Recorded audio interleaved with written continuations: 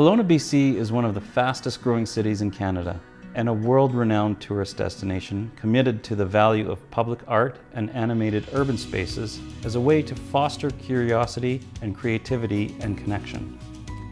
At Boyce Gyro Park, a new work of public art has been commissioned with an innovative design that both enhances the experience of visitors and aligns with Kelowna's healthy city strategy.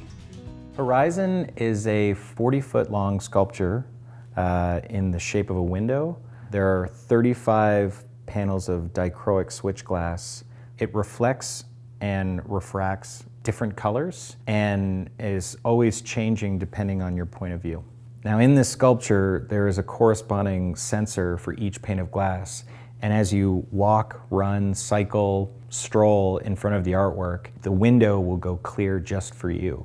Kelowna has a healthy city strategy, which has an aim to encourage people to increase the use of green space. How would you say Horizon supports this goal? The reason that the sculpture goes from opaque to clear is that it's a reminder that our efforts and activity, by choosing to use the bike path, by choosing to run, by choosing to be at a park, will ease pollution and allow our air to be cleaner and clearer.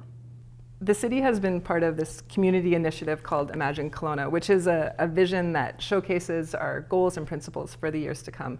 Part of the reason behind this commission was to create more public spaces that bring people together and cultivate the accessibility and enrichment of our arts and culture scene. What is it about public art that can really connect people? The specific work that we're making has a very large interactive component to it. I would certainly expect to see that when you arrive, you'll see someone playing with it, someone seeing that person playing with it, seeing their desire to engage with it. They have questions about why here, what is this, what is the artist trying to communicate?